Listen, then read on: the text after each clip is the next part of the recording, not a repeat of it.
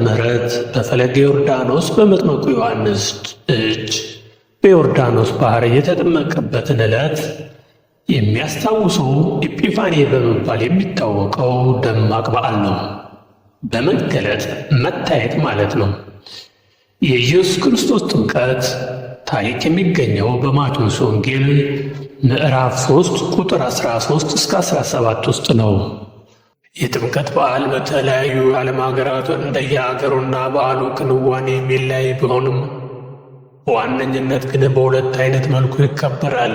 ኢየሱስ ክርስቶስ በፈለገ ዮርዳኖስ በመጥምቁ ዮሐንስ እጅ በዮርዳኖስ ባህር የተጠመቀበትን ዕለት የሚያስታውሰው የጥምቀት በዓል በክርስትና ሃይማኖት ተከታዮች ዘንድ በየዓመቱ በድምቀት ይከበራል። ይህ በዓል ከሀገር ሀገር ከስርዓት እንደየሀገሩና በዓሉ ክዋኔ የሚለያይ ቢሆንም በተለይም በምስራቅ ኦርቶዶክስ እምነት ተከታዮች ዘንድ በተቀራረበ ስርዓት የሚከበር ነው። በምዕራብ ኦርቶዶክስ እና በካቶሊክ እምነት አማኞች ዘንድ ደግሞ የጥምቀት በዓል ከክርስቶስ መወለድ ጋር ተያይዞ የሰብአ ሰገሎች ጉብኝት ታስቦ የሚውልበት ነው። በምስራቅ ኦርቶዶክስ አማኞች ዘንድ ደግሞ በዓሉ ኢየሱስ ክርስቶስ በፈለገ ዮርዳኖስ በመጥምቁ ዮሐንስ እጅ የተጠመቀበትን ሥርዓት በሚያስታውስ መልኩ ይከበራል። ኢየሱስ ሥርዓተ ጥምቀት የፈጸመበት ዮርዳኖስ ወንዝ በክርስትና እምነት ተከታዮች ዘንድ ትልቅ ቦታ ይሰጠዋል። በበዓሉ ላይም በርካታ የእምነቱ ተከታዮች ወደ ዮርዳኖስ ወንዝ በማምራት ይጠመቃሉ። የጥምቀት በዓል በሩሲያ በድምቀት የሚከበርና ልዩ ልዩ ትኩረት የሚሰጠው በዓል ነው። በሩሲያ መሪዎቹ ሁሉ ሳይቀር በበዓሉ ዕለት የእምነቱ ተከታዮች ጥምቀት ወደሚፈጸሙበት ቦታ በመሄድ ይጠመቃሉ። በተለይም የጥምቀት ውሃው ቀዝቃዛና በረዶ በመሆኑ አጥንት ድረስ ዘልቆ የሚሰማው ቅዝቃዜ መቋቋም ይኖርባቸዋል። በበዓሉ ዕለት አብያተ ክርስቲያናት በልዩ ልዩ ሁኔታ ያሸበርቃሉ። የሀገሪቱ መሪዎችም በዚህ ሃይማኖታዊ ሥርዓት ተሳታፊዎች ናቸው። እንዲሁም በምስራቅ ኦርቶዶክስ አማኞች በርከት ብለው በሚገኙበት በግሪክ የጥምቀት በዓል በተመሳሳይ አማኞች በወንዝ ዳርቻ በመሰብሰብ የሚያከብሩት ይሆናል። የሃይማኖት አባቶች ወንዙን ከባረኩ በኋላ በጨርቅ የታሰረ መስቀል ወደ ወንዙ ይወረውራሉ። በተቃራኒ አቅጣጫ ዝግጁ የሆኑ ወጣቶችም ወደ ወንዙ በመግባት የታሰረውን መስቀል ቀድመው ለማግኘት ይፎካከራሉ፣ ይዋኛሉ። በውድድሩ አሸንፎ መስቀሉን ያገኘውና በመስቀል ፍለጋው የተሳተፉ ከጳጳሱ ቡራኬ እየተቀበሉ ይሳለማሉ። የጥምቀት ሥነ ሥርዓቱ እንዳለቀ የሰላም ምልክት የሆነችውን ርግብ በመልቀቅ የበዓሉ ፍጻሜ ይሆናል። በቡልጋሪያም የጥምቀት በዓል አከባበር ከሌሎቹ ሀገራት ጋር ተመሳሳይነት ቢኖረውም በወንዝ ላይ የሚካሄደው የጥምቀት ሥነ ሥርዓት ግን የተለየ ገጽታ አለው። በዚህ በዓል አከባበር ላይ በርከት ያሉ ወጣቶች ጥምቀት በሚካሄድበት ቦታ ላይ በመሰባሰብ በረዶውን በማፈራረስ ሥራ ይሠራሉ። ወጣቶቹ በአንድ ላይ በመንቀሳቀስ በረዶውን በማፍረስ በኅብረ ዝማሬ ታጅበው በመስከርከር በዓሉን ያከብራሉ። የቡልጋሪያ የጥምቀት በዓል አከባበር ከሌሎች ሀገር የሚለይበት አንዱ በመስቀል መያዝ ውድድር ነው። በዚህ ሥነ ሥርዓት ላይ የበዓሉ ተሳታፊዎች መስቀሉ ወደ ወንዙ በሚወረወርበት ወቅት ውሃ ላይ ከማረፉ በፊት በአየር ላይ መያዝ ይጠበቅባቸዋል። በቱርክ ኦርቶዶክስ አማኞች ዘንድ የጥምቀት በዓል በየዓመቱ በከፍተኛ ጉጉት የሚጠበቅና በወንዝ ዳርቻ ተሰብስበው የሚያከብሩት በዓል ነው። በቱርክ የጥምቀት በዓል ዕለት የእምነቱ ተከታዮችና የሃይማኖት አባቶች በወንዙ ዳርቻ ይሰባሰባሉ። የሃይማኖት አባቶች ወንዙን በመባረክ ቅዳሴ ካደረጉ በኋላ ወንዙ የተባረከበት መስቀል ወደ ወንዙ ይጣላል። መስቀሉ ወደ ወንዙ እስኪወረወር የሚጠብቁ ወጣቶች ወደ ወንዙ በመግባትና በመዋኘት መስቀሉን የመፈለግ ውድድር ያደርጋሉ።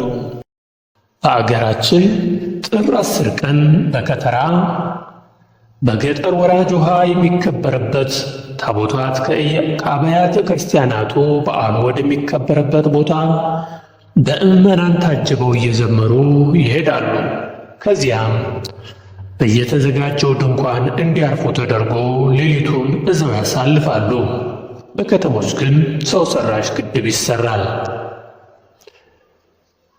ጥር 11 ቀን የጥምቀት ዕለት በገጠር ጎህ ሲቀድ ምዕመናን እዚያው በድንኳኑ ዙሪያ አስቀድሰው ሲጨርሱ በካህናት መሪነት ሁሉም ወደ ከተራው ያመራና ውሃውም ተባርኮ ሕዝቡ ይረጫል። የክርስትና ስማቸውንም የረሱ ወደ ካህናቱ ይቀርቡና አዲስ የክርስትና ስም ይቀበላሉ።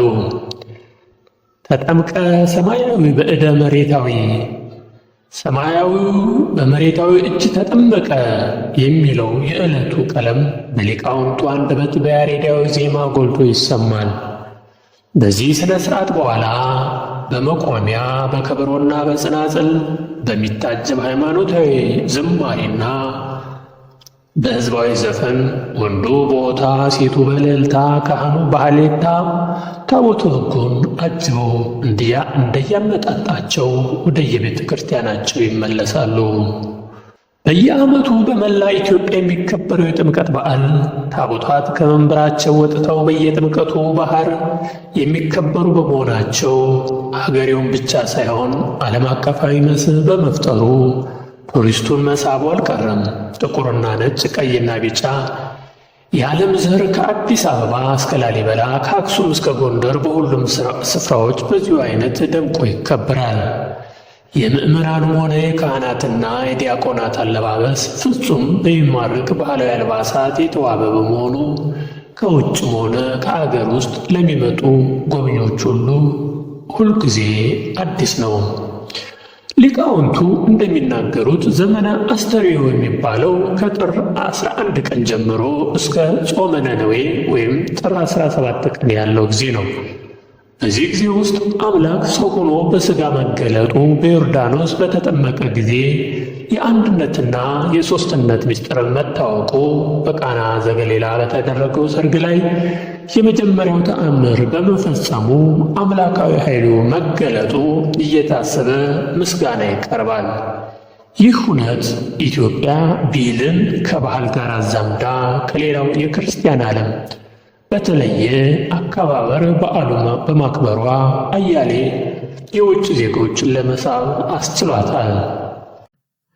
ይህ ከሆነ በኋላ የአካባቢው ሕዝብ ሴቶቹ ለብቻው በመዝፈን ወንዱም ወጣቶቹ ለብቻቸው እየዘፈኑ እንዲሁም በአካባቢው ወንድና ሴቶች የሚተጫጩበትም ቀን በዚህ በጥምቀት ቀን ነው።